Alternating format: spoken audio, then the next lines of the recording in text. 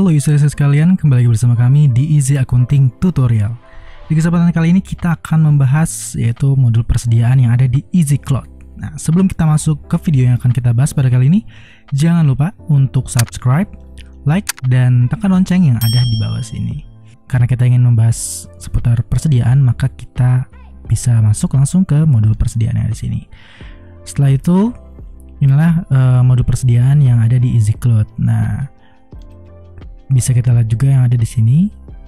Nah, ada barang hingga 100 produk dan bahan baku.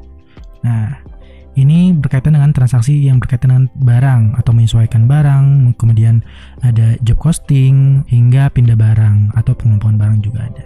Jadi yang untuk di varian beta ini ada beberapa yang belum, yaitu adalah pembiayaan pesanan dan juga pengelompokan barang. Nah, dua fitur ini akan ada di Easy yang akan rilis. Nah, oke, sekarang kita akan bahas untuk form-form yang sudah tersedia di EasyCloud beta ini. Pertama, kita akan coba bahas untuk penyesuaian barang. Jadi untuk penyesuaian barang ini adalah berfungsi untuk menyesuaikan barang yang kita miliki. Misalnya, antara stok fisik dengan stok yang ada di data itu ternyata berbeda, dikarenakan adanya barang hilang atau mungkin barang yang tidak tercatat hingga menyebabkan plus minus dari stok tersebut. Nah, maka kita pastinya setiap bulannya akan SO atau stok opnam dan kita harus menyesuaikan itu di penyesuaian barang ini. Nah, untuk langkahnya sangat mudah, kita yang perlu menentukan nomor penyesuaiannya, kemudian tanggal penyesuaiannya. Setelah itu, pilih akun penyesuaiannya. Nah, untuk akun penyesuaiannya ini kita akan sesuaikan kemana. Misalnya sekarang ini ada barang hilang, kita akan menyesuaikannya, berarti contoh saya akan masukkan ke sini biaya lain pabrik. Oke, setelah itu di sini ada nilai penyesuaian. Kalau kita centang berarti adalah stok fisik lebih besar daripada stok yang ada di data. Nah, berarti kita akan menyesuaikan stok tersebut misalnya dengan cash tersebut. Tapi kalau misalnya kita tidak centang kolom nilai penyesuaian ini, berarti stok yang ada di fisik itu lebih kecil daripada yang ada di data. Sekarang kita akan coba menyesuaikan untuk yang nilai penyesuaian kita tidak centang atau mungkin barang yang stoknya lebih kecil daripada yang ada di data. Nah, contohnya seperti ini. Bisa kita lihat untuk barang aluminium alloy 100 mm ini, kuantitas saat ininya atau kuantitas yang ada di data itu 3.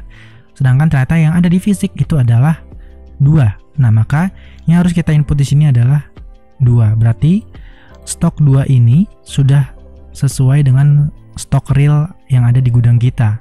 Nah, berarti kita hanya tinggal perlu menyesuaikan seperti ini. Kemudian jika ada departemen bisa kita tambahkan, atau ada project juga kita tambahkan. Kemudian keluar itu gudang dari gudang mana. Oke, seperti itu. Setelah itu kita bisa langsung simpan. Nah, otomatis aluminium alloy ini stoknya akan menjadi 2. Nah, kita bisa lihat terlebih dahulu di stoknya.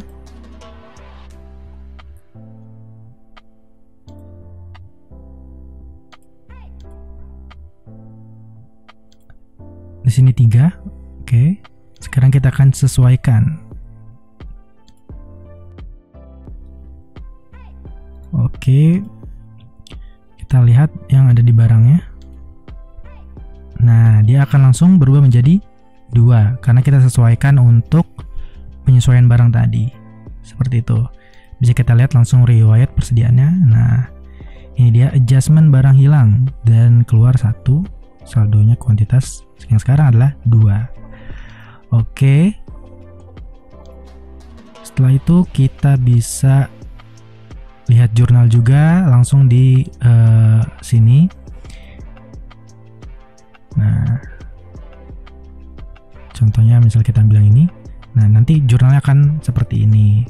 Persediaan pada opening balance equity karena tergantung dari kita pilih akun penyesuaiannya di sini.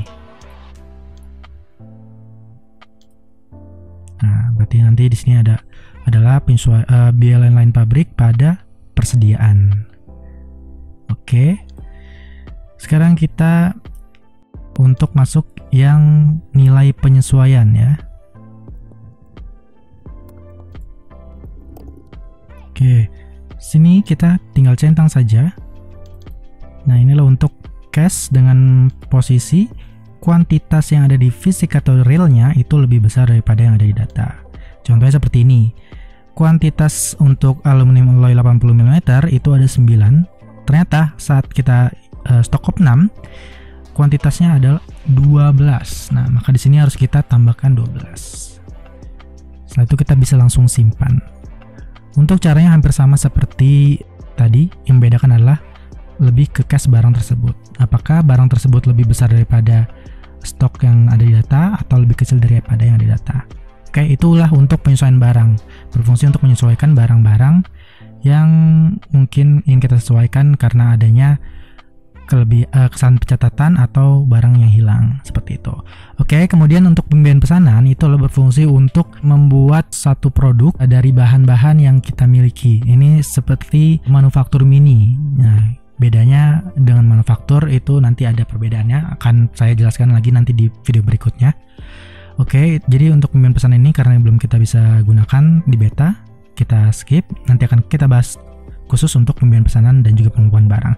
Setelah itu, untuk barang yang ada di sini, ini adalah untuk membuat barang baru. Nah, jadi list-list atau daftar-daftar yang sudah kita masukkan di sini bisa kita tambahkan juga langsung tadi melalui barang yang ada di jalan pintas. Nah, maka dia akan langsung membuat data barang baru. Di sini kita hanya perlu memilih tipe barang apa saja, kemudian tipe persediaannya apa saja. Oke, setelah itu pilih kategori barangnya, kemudian nomor barang, deskripsi, dan lain-lainnya. Nah, ini adalah untuk membuat barang. Nah, akunnya juga kita di sini. Ini jika user sekalian sudah melihat video yang sebelumnya itu tentang import master data barang, ini adalah cara penginputan barunya. Ya, kalau yang kemarin itu adalah cara importnya. Jadi untuk penginputannya hampir sama seperti saat kita import di Excel itu, dari Excel form-formnya sama saja. Setelah itu kita akan masuk ke pindah barang. Nah, di sini adalah berfungsi untuk memindahkan barang dari gudang A ke gudang B, atau pindah gudang kita sebut ya sebenarnya. Kita pilih dari gudang mana, kemudian ke gudang mana. Oke, setelah itu kita tinggal pilih barangnya. Nah, seperti ini. Jadi aluminium alloy 110 dan 70 mm ini dari bahan baku sepeda, gudang bahan baku sepeda kita pindahkan ke gudang center. Nah, kemudian kita bisa simpan. Nah, itu akan berpengaruh nanti kepada stok yang ada di gudangnya, nanti kita bisa lihat di laporan. Nah, oke. Kemudian untuk pengelompokan barang ini ada berfungsi untuk membuat transaksi dengan barang-barang grouping. Contohnya misalnya kita mempunyai atau menjual barang-barang notabene adalah barang-barang seperti parcel, yaitu berarti kita bundling. Nah, jadi kita bisa membuat barang tersebut di pengelompokan barang ini. Mungkin itu saja yang bisa kita bahas pada kali ini. Tonton terus video kita ini dan terima kasih.